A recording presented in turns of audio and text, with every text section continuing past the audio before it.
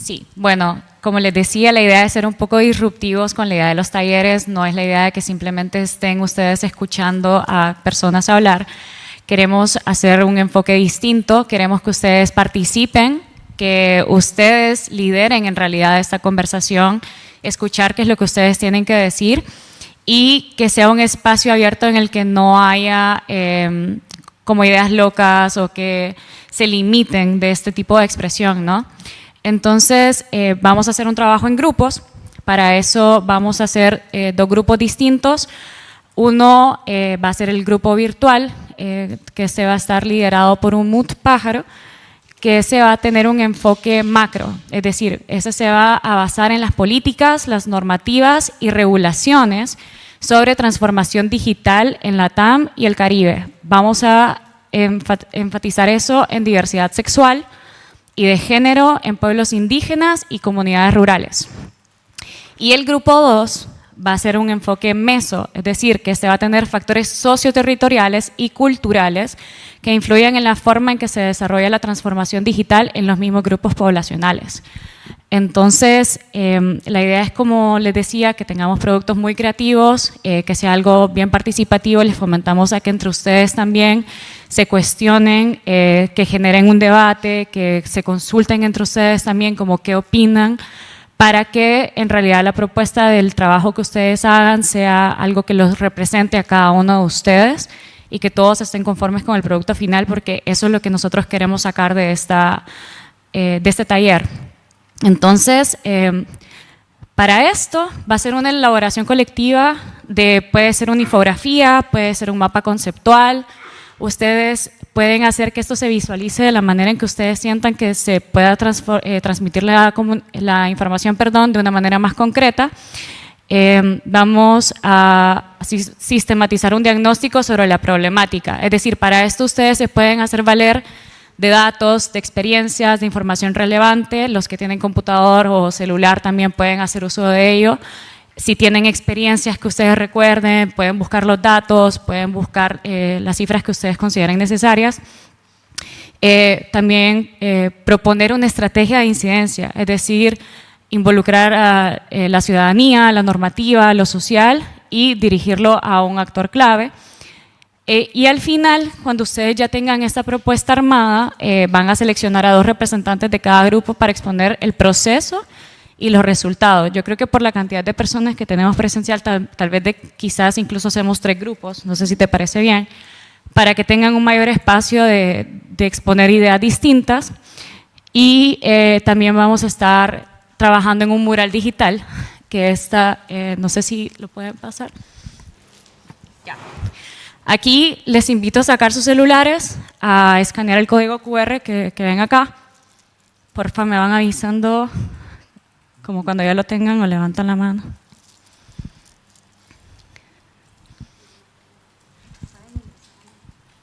Pueden ingresar.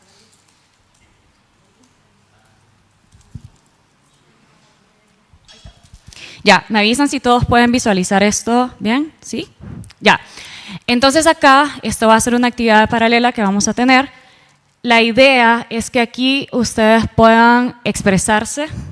Como les decimos, la idea es que puedan sacar su lado creativo, artístico, de todo lo que vamos a estar conversando. Es decir, entonces una vez que ya nosotros hayamos conversado de todas estas lecciones, aprendizajes, todas esas ideas, esas propuestas, que podamos ir plasmando acá qué sentimos al respecto. Si nos sentimos, por ejemplo, orgullosos del trabajo que hemos estado realizando, si nos sentimos optimistas con lo que va a pasar, si también nos sentimos frustrados porque de repente hay muchos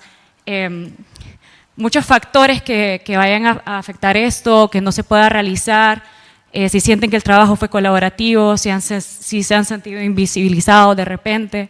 Esta es la idea, es que esto sea muy real, no que sea bonito, no que sea algo falso en realidad. O sea, queremos que ustedes expresen la realidad de lo que ustedes piensan sobre esta temática, porque de eso nos vamos a basar para el impacto que queremos generar. Entonces, sin más que agregar, si quieren vayamos armando los grupos. Nos podemos dividir acá o... Vamos a la parte expositiva para poder de repente darles un poco de contexto. Ah, ok, sí. Bueno, ¿Qué tal? ¿Cómo están nuevamente? Para que de repente darles un poquito de pistas, un poquito de ayuda para que la conversación justamente sea más fértil, más propicia al diálogo, porque acá me imagino tenemos a personas de distintos territorios, Colombia, Brasil, Venezuela, etcétera, Argentina. Entonces, para poder tener un diálogo rico, un diálogo como enriquecedor, pensaría que está bueno también como contarles un poco sobre tanto las investigaciones, los estudios que hemos hecho con ITSE, Lumut y mi persona en Perú. Entonces voy a comenzar yo y después voy a dar espacio a lo virtual para que nos cuenten un poco sobre la experiencia, para que vean cómo se concretiza la problemática en diferentes territorios. Porque estamos hablando de una problemática compleja y que aborda diferentes dimensiones, como ya lo enfatizamos, es decir, un nivel normativo, un nivel más como factores socioterritoriales, culturales y un nivel más experiencial, ¿no? Que se relaciona más con lo microsocial, si queremos estar un poco exquisitos con lo que es la sociología. Entonces, para ello, voy a comenzar un poco sin ánimos de aburrirles, obviamente, pero esta investigación la llevamos a cabo el año pasado con Hiperderecho. Hiperderecho es una organización que lucha por los derechos digitales en Perú. Tenemos un énfasis haciendo como lo que es una intersección entre la tecnología, la investigación y la incidencia. Y trabajamos con mujeres, jóvenes, niños, niñas, niñes, adolescentes, organizaciones de base y tenemos... Y justamente en esta investigación reflejamos esta necesidad de hablar de los derechos digitales desde una perspectiva descentralizada. ¿Qué implica descentralizada? Que pues no lo veamos solamente desde las urbes o las capitales, sino también que traigamos las voces de personas que viven en otras zonas, en otras regiones, en otras comunidades territoriales, geográficas, que se distancian a veces de lo que nosotros tenemos como común o cotidiano. Y, por tanto, presentan retos y oportunidades particulares de lo que no usualmente se conversa en estas cuestiones. Entonces, en Hiperderecho nos preguntamos y quisimos atravesar esta cuestión de ¿qué sucede ahora que la tecnología como tal, las tecnologías digitales, la tecnología emergente, se empieza a perpetrar, a perpetuarse, a insertarse en nuestro cotidiano? ¿Qué sucede, no? Es decir, como ya creo que les adelanté al inicio, ¿qué sucede cuando las tecnologías empiezan a aparecer en la forma en cómo pensamos o en la forma en cómo sentimos o en las imágenes que se van creando a partir de lo que vamos aprendiendo o siendo socializadas, ¿no? Entonces, por ejemplo, ¿quién puede vivir ahora o en este momento, quién puede permanecer informada sin tener celular, sin poder ver como que todos los días su Instagram, si les hablaron, no les hablaron, si le repostearon, no le repostearon? Porque una vez escuché, si no lo posteas no existe. Hasta ese punto, hasta ese nivel de subjetividad estamos viviendo en estas épocas, que puede parecernos graciosos, pero realmente es un facto. Entonces, es como que en Hiperderecho nos preguntamos cómo se apropian las organizaciones, los activistas, los defensores de derechos humanos, en particular las colectivas LGBTI, NB+, NB porque somos personas también no binarias, y el movimiento no binario en los últimos años ha cobrado relevancia en Perú. Entonces, quería poder enunciarlo en esta sigla para que se sientan visibilizadas y parte de la discusión. ¿Cómo se relacionan con las tecnologías digitales en un contexto de exclusión estructural? Porque como traje al inicio, lo offline y lo online parte de un prisma, de un sistema cis heteronormativo. Entonces, lo que buscábamos era comprender ello y trabajamos con 8 organizaciones LGBTI de diferentes regiones del Perú. Hemos tenido Ucayali, que representa la selva, Cusco, Ayacucho, que representa la sierra, Lima, Callao, Arequipa, Trujillo, que representan a la costa. Entonces, ha sido un diálogo, un levantamiento de información, un acercamiento, una observación digital, una etnografía digital que nos ha llevado cerca de 6 meses. Este proyecto, este levantamiento de información, duró de campo unos 6 meses, efectivamente, entre 2 y 3 meses de entrevistas, porque claramente estábamos viviendo épocas convulsas y teníamos que ver la forma ideal para poder acercarnos con los activistas, con los colectivos, y además en todo ese tiempo se hizo una etnografía digital. Entonces, ¿qué fue lo que vimos en este prisma? Ahora, para poder, digamos, como que ponerles en contexto, nosotros nos aproximamos a esta cuestión de la transformación digital, de la intensificación de las tecnologías digitales, desde una perspectiva ecosistémica. ¿Eso qué significa? Que los actores, las dinámicas, los procesos se van interconectando. Cada uno ocupa un lugar y que va interconectado a otro. Es decir, vemos desde un nivel macro cómo las políticas públicas del Perú, cómo los marcos normativos van condicionando las estructuras y las oportunidades de ciertos grupos. Como en el nivel meso, vemos cómo las dinámicas institucionales, relaciones con Estado, sector privado, organizaciones intermedias, inclusive dimensiones territoriales y culturales, van también propiciando o obstaculizando cómo las personas se relacionan, qué expectativas generan, qué es lo que pueden hacer o no y qué igual significado le otorgan a estas plataformas. Y también cuando hablamos de plataformas, de tecnologías digitales, no quiero hablar también como algo monocromático, sino que estamos hablando de que cada persona se relacione con una tecnología, con una plataforma digital de forma bastante particular. En este caso, más adelante voy a profundizar en ello. Y también tenemos a la dimensión micro, ¿no?, que se relaciona más con las experiencias situadas, con las prácticas cotidianas, con los valores y saberes colectivos. Entonces, digamos que igual partimos de un contexto estructural latinoamericano caracterizado por una conectividad desigual. No solamente por una conectividad desigual, sino por una brecha territorial bastante marcada entre, digamos, el área rural y el área urbana. Y además, ¿qué podemos poner como algo importante de ver? Es de que este estudio se llevó a cabo desde en un marco temporal entre el 2017 y el 2023. ¿Eso qué quiere decir? Que en el medio irrumpió el COVID. Y el COVID, ese proceso sociosanitario que cambió muchísimas dinámicas, no solo digitales, sino que nos acercó de una forma accidentada a lo tecnológico, también nos hace pensar o repensar cómo procesos como la comunicación, como la educación o como las redes de solidaridad, de subsistencia que se formaron en este grupo, comenzaron a hacerse notorias. ¿Y qué más se hizo notorio? La falta o la desigualdad en su expresión más cruel, ¿no? Como veíamos que no solamente habían vidas que valoraban más tanto el Estado o tanto ciertas dinámicas, sino también quienes tenían los recursos suficientes para hacerle frente al COVID y sus consecuencias. Bueno, entonces esto más o menos se desarrolló en una metodología mixta. Hicimos, como les dije, una revisión sistemática de normativa, un análisis, también hicimos lo que son entrevistas, trabajo con colectivas, etnografía, etcétera. Y los resultados del primer nivel macro o de las políticas públicas fueron realmente bastante desalentadoras, aunque no novedosas, pero digamos que en principio, el Perú no cuenta con una ley de identidad de género que nos permita vivir y existir legal y socialmente tranquiles, seguros, como creo que muchos aquí que son personas heterosexuales, cisgénero. Es decir, el Perú no cuenta con una ley de identidad de género hasta ahora.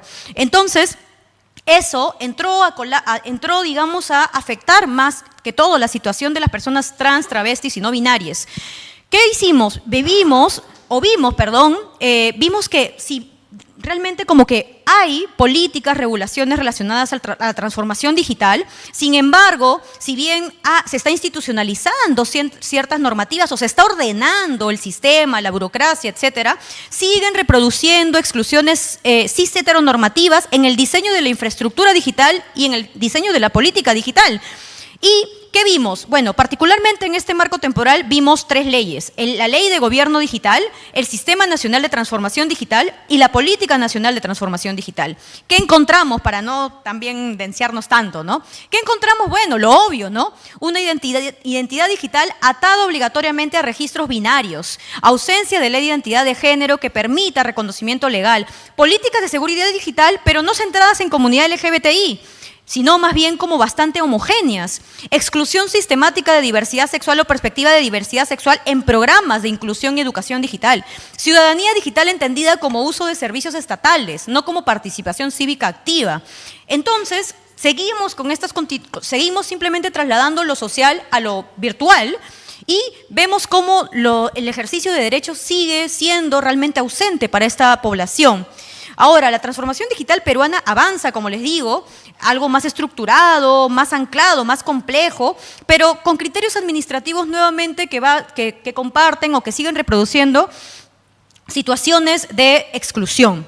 Ahora, También como cuando hicimos este levantamiento de información a las organizaciones y colectivas, pudimos darnos cuenta de que hay problemas que se reproducen también desde esta mirada latinoamericana de hay condiciones distintas para contextos urbanos y contextos rurales. Entonces vimos una desigualdad material marcada territorialmente. En la Amazonía habían cortes eléctricos prolongados que impedían a las colectivas poder tener reuniones de coordinación sostenidas. Y no solamente eso, porque algo que salió a relevar en la pandemia eran estas redes de solidaridad que se presentaban y se anclaban en, digamos, los Instagram o las plataformas digitales de la comunidad LGBTI, donde pedían desde víveres, desde medicina, desde dinero, apoyo, para poder, digamos, subsistir frente a un Estado que les sigue invisibilizando. No solamente eso, también funcionó como plataforma de denuncia de muchas políticas como el pico y género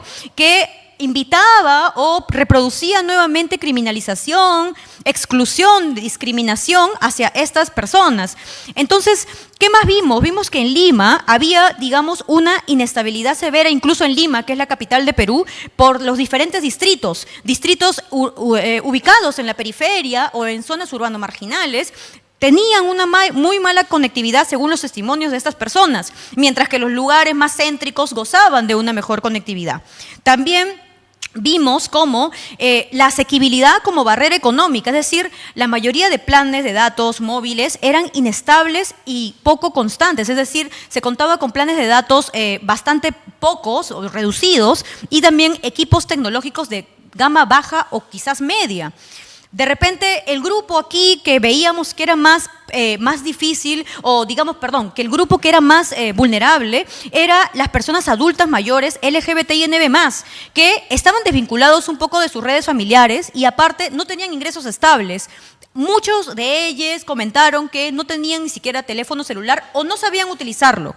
Entonces, imagínense esta triple exclusión que vivían las personas adultas mayores que no cuentan ni con un programa para apoyarse desde una perspectiva de diversidad y disidencia sexual, y además como que no son contemplados específicamente sus necesidades como parte de este grupo vulnerable.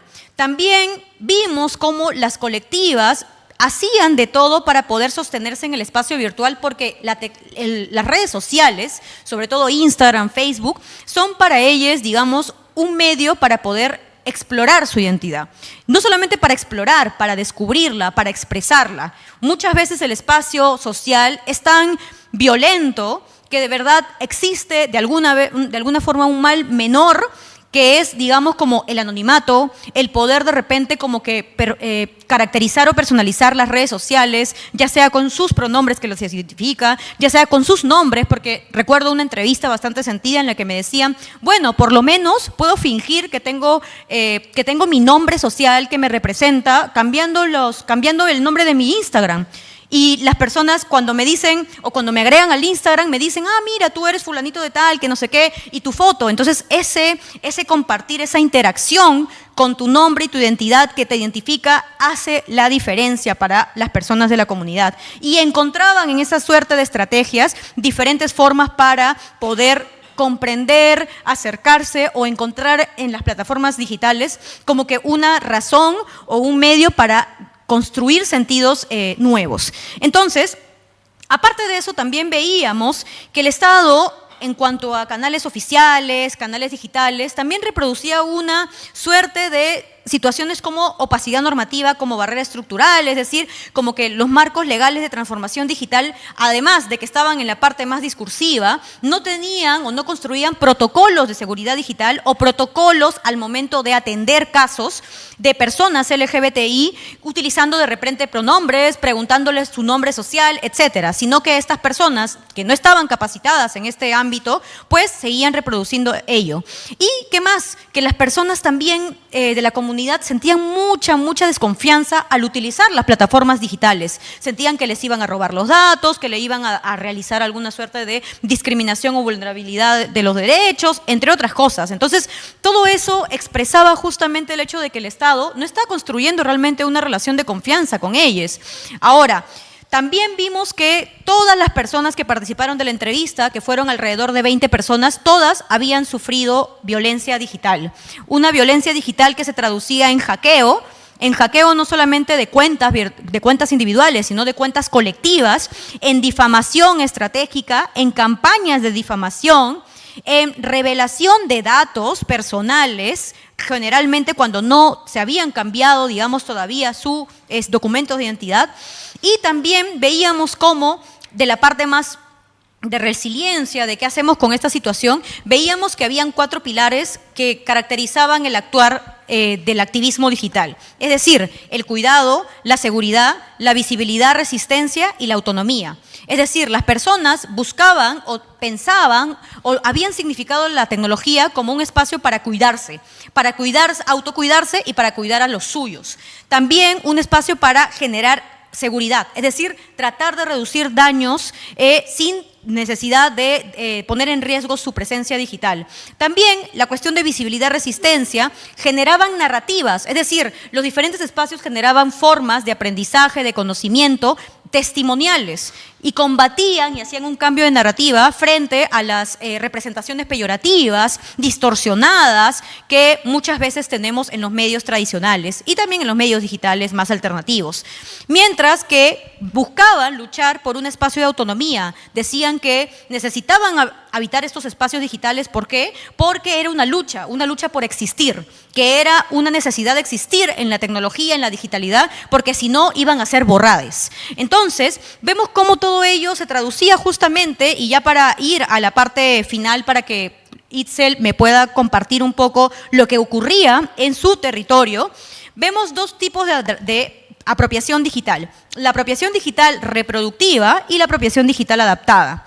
La apropiación digital reproductiva lo que hace es, digamos, hacer uso de las tecnologías, pero desde sus formas estructurales o planeamientos iniciales, técnicamente hablando, ¿no? Entonces, como por ejemplo, ¿para qué se utiliza el correo? Para enviar correos. ¿Para qué se utiliza el Gmail? Para enviar correos, el WhatsApp para comunicación, el Instagram, etcétera. Entonces, ahí vemos cómo la apropiación reproductiva lo que hacía era permitir que las colectivas sigan participando, es decir, sigan conectadas a Internet, sigan conectadas y puedan no solamente existir digitalmente, sino presencialmente, porque en un contexto de pandemia, donde las reuniones no podían ser presenciales, sino virtuales, pues claramente el Internet se hizo algo básico para existir. También gestionaban la información, es decir, la guardaban, y también tomaban, digamos, como que ciertas decisiones de rechazo hacia la inteligencia artificial. Tienen muchos reparos para utilizar la inteligencia artificial, y recuerdo que tras haber asistido a tantas ponencias aquí en el LAC, me doy cuenta de qué importante es generar nuevas formas de conectar a estas poblaciones vulnerables, sobre todo en este caso que estoy abordando lo LGBT, conectarlas o reconectarlas para que puedan darle un resentido a lo que entienden por inteligencia artificial y sus potencialidades. Por ejemplo, podemos hablar de criptografía, entre otras cosas complejas que pueden aprender a hacerlas o pueden hacerse para poder de repente como que comenzar a repensar ese espacio. Y vemos también que su seguridad digital es bastante reactiva, no se utilizan estrategias complejas, se utilizan estrategias básicas. Mientras que en la parte de apropiación adaptada o creativa, vemos que las personas hacen artefactos culturales, es decir, construyen collage, construyen testimonios, construyen formas de saber desde su propia experiencia, formas de saber, formas de honrar, formas de espiritualidad, formas de reconocerse. Es decir, formas de poder celebrar, honrar incluso a sus muertos. Entonces es como que la tecnología ahí empieza a hacer un proceso de curaduría. Curan sus contenidos, los colocan les incorporan elementos clave, llámese banderas, llámese cuestiones que les representan tanto a nivel colectivo como individual. También podemos ver productos de memoria, es decir, la memoria que se hace, que empieza como a recopilarse a partir de estas fotografías, de estos videos, tanto en situaciones como marchas, como por ejemplo también celebraciones, fiestas que de alguna u otra forma comienzan a colocar, a celebrar o a trasladar al entorno virtual, con procesos de seguridad. bastante particulares. ¿Por qué? Porque mencionan que hay mucha violencia digital. Entonces, vemos cómo todas estas cuestiones de celebración, de cuidado, van incorporándose en el cotidiano y en el día a día del hacer de las personas LGBT. Y justamente esta investigación la esperamos, con la bendición de la diosa, poder sacarla el siguiente año en una presentación ya formal, pero esos son los hallazgos, digamos, como que más como que relevantes que hemos obtenido en este año del proyecto. Y nada, muchas gracias por escucharme sobre esto, y quisiera de repente ahora, Itzel, no sé si estás ahí.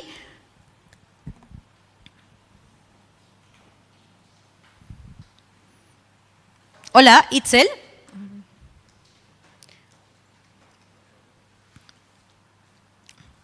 ¿Me escuchan? Sí, Itzel, ¿qué tal? ¿Cómo estás? Bueno, quería de repente como que saber también cómo se traslada esta cuestión de la transformación digital, de la intensificación de las tecnologías, de la violencia digital, en tu territorio, en tu comunidad. Bueno, buenos días, mucho gusto. Mi nombre es Itzel Cabrera, soy parte de Barracón Digital.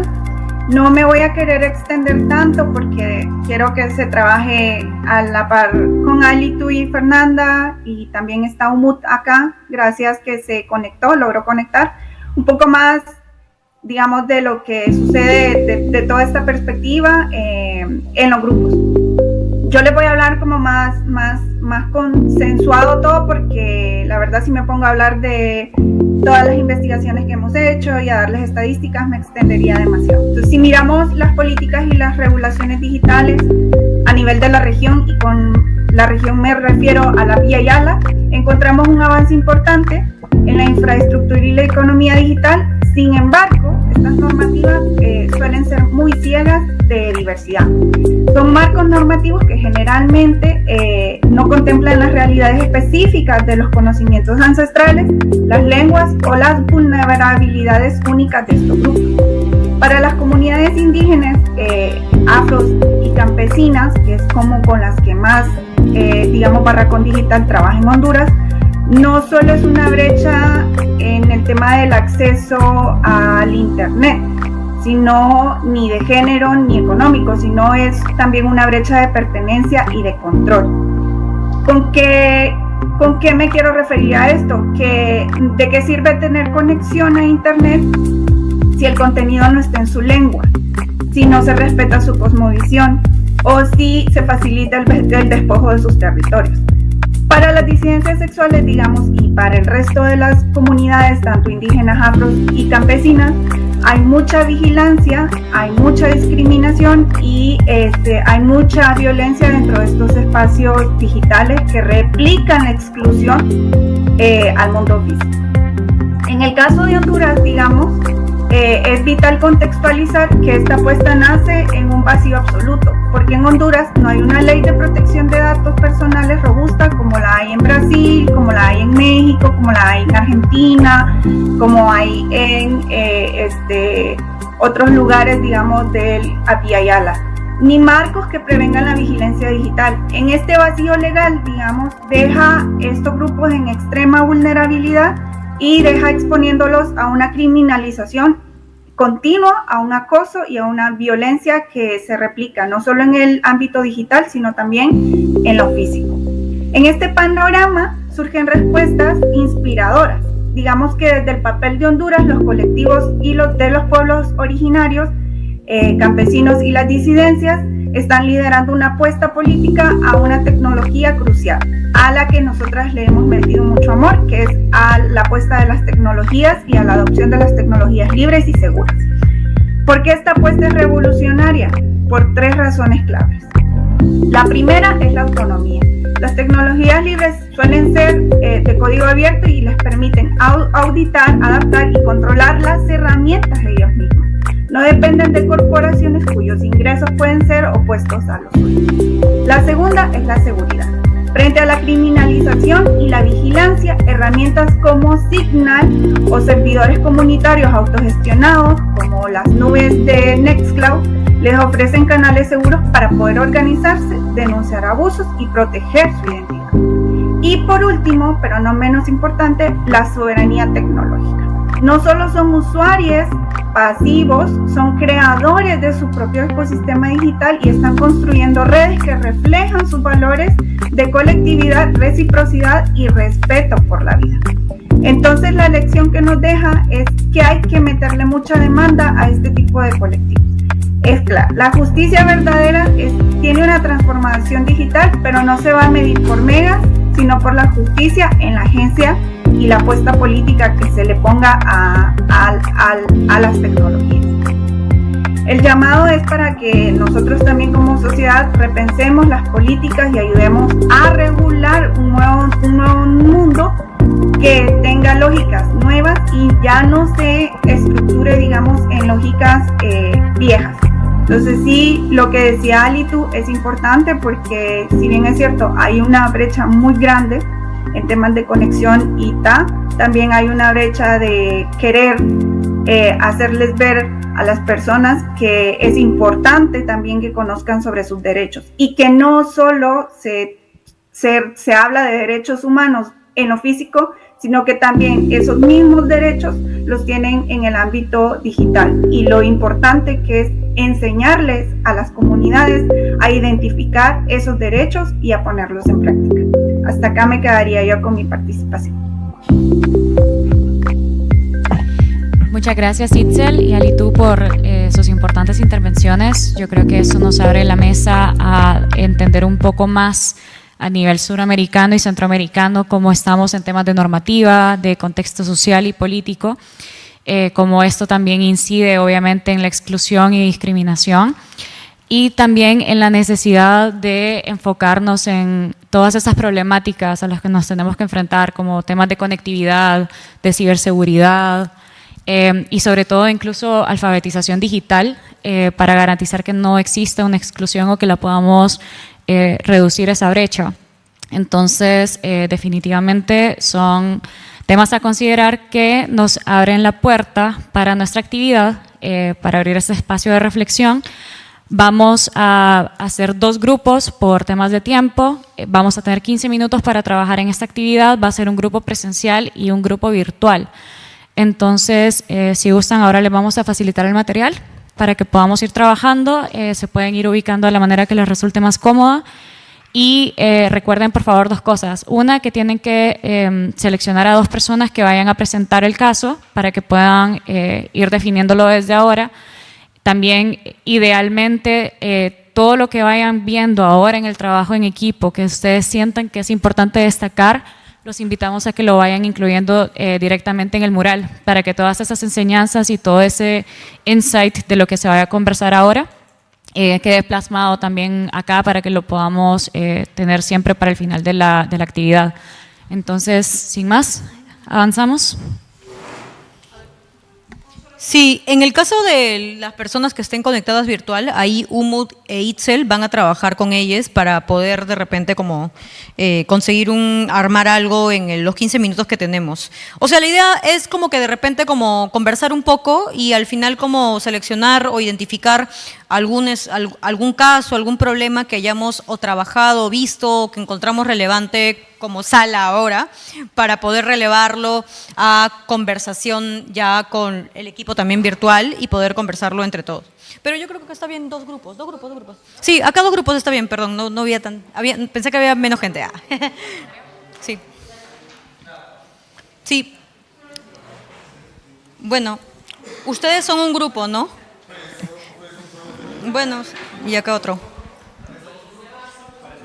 Bueno, acá dales, por favor. Aquí. Ya. Bueno, son 15 minutos. La idea sería de que utilicen sus herramientas, sus conocimientos, los casos que hayan investigado para poder economizar el tiempo. Es decir, que podamos como que seleccionar primero un territorio en el que no sea obviamente Perú ni Honduras, donde está Itzel, para poder de repente como que conversar un poco sobre cómo estas brechas digitales, la suerte o la idea, la propuesta de transformación digital realmente se traduce a qué, ¿no? qué es lo que quiere realmente o quienes lideran esta cuestión, cómo se traduce en las situaciones que viven ustedes en sus territorios, en sus comunidades o con los grupos con los que han trabajado. Entonces, pueden de repente como que buscar algunos datos para que nos cuenten cómo se da, seleccionar de repente algunos grupos como comunidades LGBT, afrodescendientes, mujeres, feministas, con lo que ustedes hayan como que visto o viven a diario.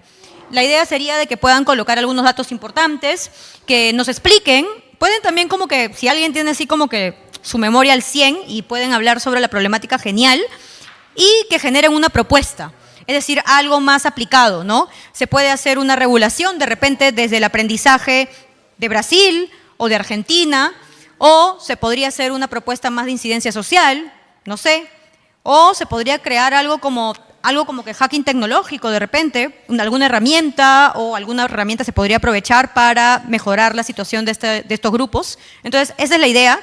Vamos a ir pasando por cada equipo para darles ciertas orientaciones, pero por favor fluyan. ¿Puedes explicarlo el enfoque macro y el enfoque meso? No.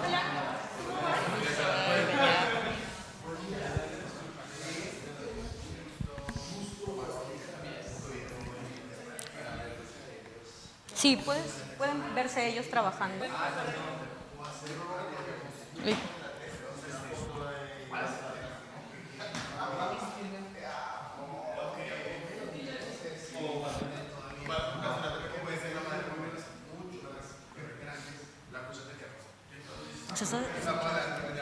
¿Se escucha?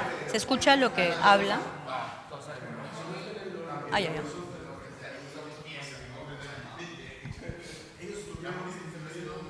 Acá tampoco, ¿no? ¿Esto se escucha? Hola.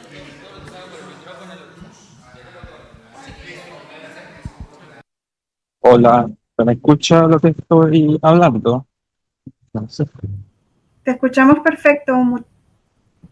Ok, en un momento, por un lugar donde sea un poquito más silencioso.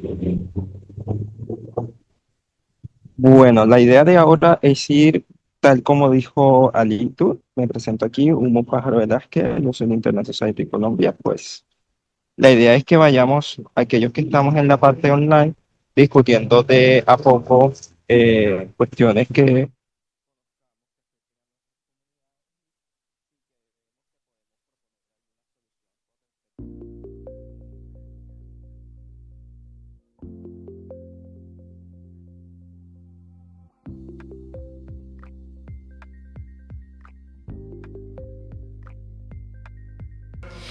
Gente, ya. Gente, ya, sepárense. Ya fue. ¿Qué tal? Umut, ¿me escuchas? Umut. Ya. Umut, ¿estás ahí? Sí, aquí estoy. Hola. Hola. Hola Umut, ¿qué tal por ahí? Bueno, empezamos a ya comentar un poco para que aquí también te escuchemos. A ver, gente de presencial, un poquito de silencio para ver, por ahí quién va a exponer la idea. No nos hagamos tan denses, sino como que nos comparta un poco sobre la experiencia, sobre alguna propuesta y a qué territorio se dirigiría esto para que aquí las personas que venimos de diferentes regiones de Latinoamérica y el Caribe podamos escucharle. Entonces, vamos contigo primero, Humu. Tiene 2 minutos la persona. ¿Quién sería? En el caso de nosotros va a hablar Dana, de Perú. Ok, a ver, Sí. te escuchamos, Dana. Hola, ¿qué tal? ¿Sí me escuchan bien? Sí, te escuchamos. A ver, cuéntanos. Bueno, ¿qué tal? Sí, yo vengo de Perú y yo he tenido, experiencia trabajando el tema que es investigación en brechas digitales con diferentes poblaciones, incluyendo también personas con discapacidad, adultos mayores, y justamente me llamaba mucho la atención también en el sentido de lo que comentaba Alitu sobre, o sea, las dificultades que creo que cada grupo poblacional enfrenta. En el caso peruano, como comentaba en el grupo, creo que, claro, hay diferentes niveles de estas brechas digitales, ¿no? Y empezando por la infraestructura, creo que sí es muy precario todavía todo el tema de recursos que se da para enfrentar, pues, primero para cubrir todo lo que es conectividad, ¿no? Pero también en el tema ya de que sería pues la segunda brecha, la tercera brecha de acceso a oportunidades y a beneficios. Creo que también hay bastante deficiencia en cuanto a recursos, por ejemplo, para la defensa de los derechos digitales de defensores, ¿no? El tema de ciberseguridad.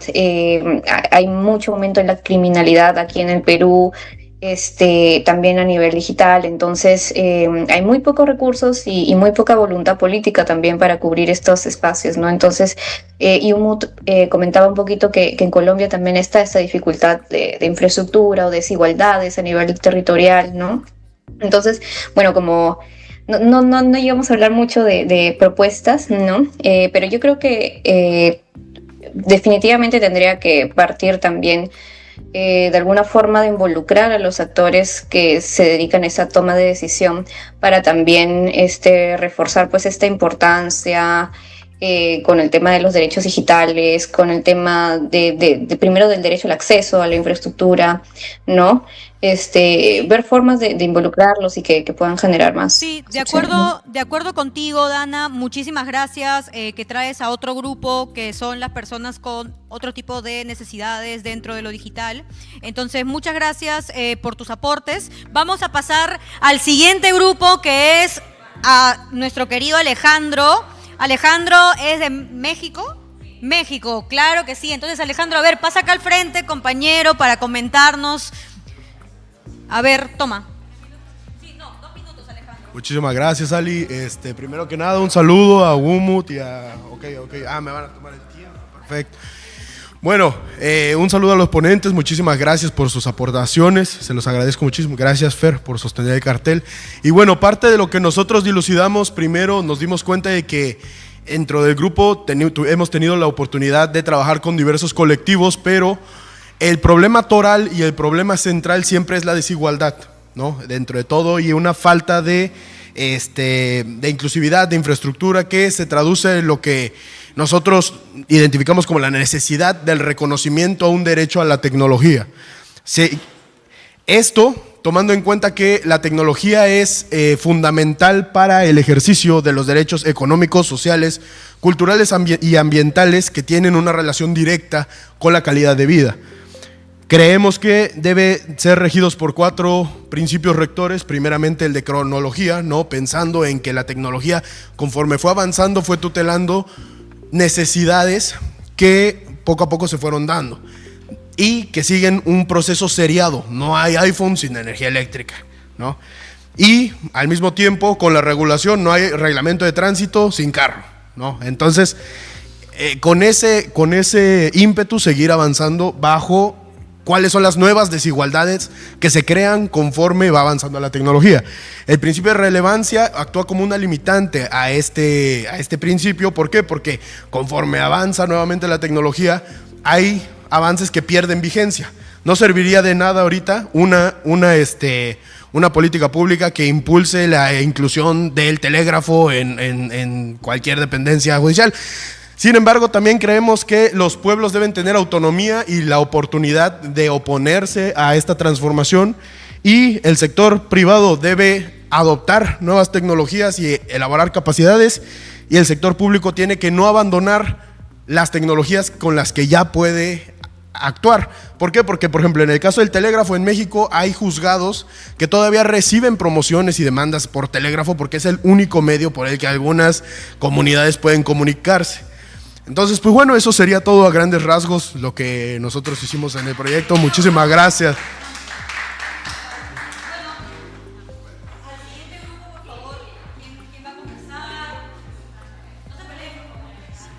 No tantos.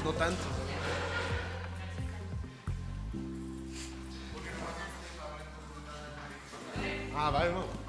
Vamos dos. Muy bien. Listo. Y luego vamos hablando. Vamos cómo le va el casino y luego le...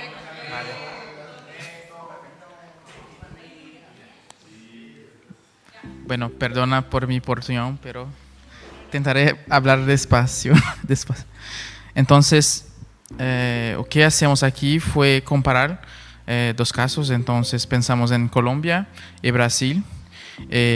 Intentamos aplicar un enfoque acerca de violencia de género, facilitada por la tecnología. Y cuando hablamos de tecnología, hablamos en general, no solamente en el medio digital. En Brasil, ahora tenemos un gran aparato de tecnologías de vigilancia que está siendo ampliado, especialmente porque hay políticas públicas patrocinadas por los estados federativos que ampliaron a lo largo del tiempo tecnologías de vigilancia como cámaras a través de parcerías público-privadas. Eso se conecta directamente con un gran problema que tenemos en Brasil, que es la violencia de género, especialmente contra la población transgénero. Brasil es uno de los países que más mata personas transgénero en el mundo. Esos dos aspectos y aparatos, cuando conectados, crean un escenario ainda más peligroso. Ahora pasamos para Colombia.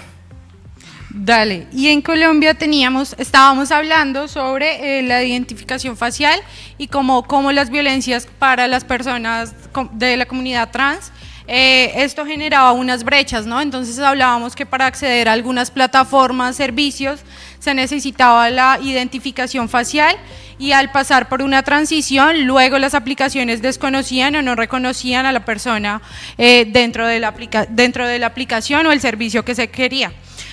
Ahí también por eso tenemos brechas digitales. Hablamos también como de la salud mental y de lo importante que es esto en cuanto a la digitalización, porque mucho se habla sobre la digitalización, pero no se está pensando en el impacto de la salud mental que tiene esto.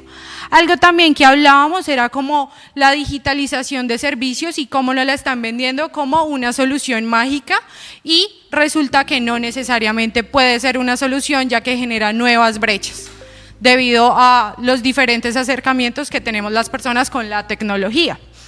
Pusimos ahí un corazoncito de cosas que quisiéramos resaltar y cosas porque creemos siempre que poner lo bueno nos da esperanza, nos da luces. Tenemos acá como aplicaciones de soporte, que esta era que nos contaban como de Brasil, pero creo que...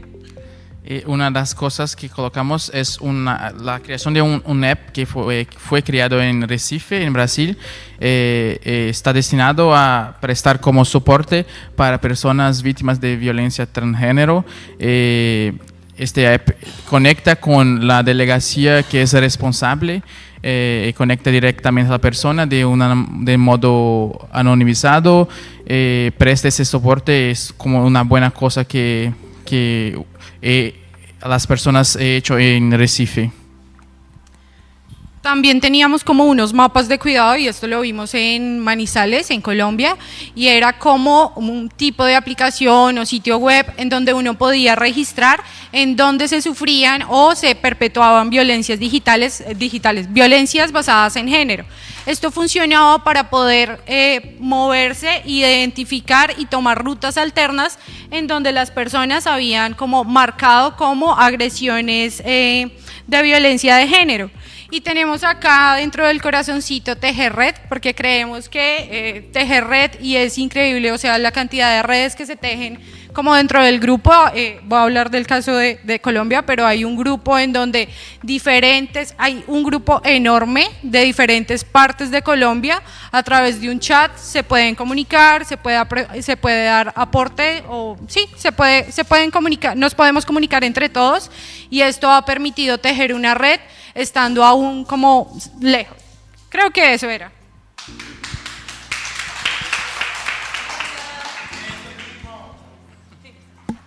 Ok, gracias a todos. Bueno, creo que estamos cerrando a tiempo. Muchísimas gracias a todos por participar. Vamos a dejar el Padlet para unos días más, por si quieren subir. Vamos a tomarle fotos a esto que hemos elaborado y vamos a pasarles el QR y el link para que puedan sumarse. Pero muchísimas gracias a todos por participar de Horizontes y Transformación Digital Inclusiva. Gracias también a Unmut, a Itzel y a las personas que se han conectado, y nos vemos en un siguiente año. Gracias. Vale, hola. Vale, gracias a las personas que participaron en esta discusión. Ahora haremos un receso para que puedan disfrutar del refrigerio, conversar y relacionarse. Tras este descanso tendremos una sesión plenaria en la sala número 1 y continuaremos con el cierre del foro. Entonces es muy importante que ustedes estén en este próximo espacio. Muchas gracias.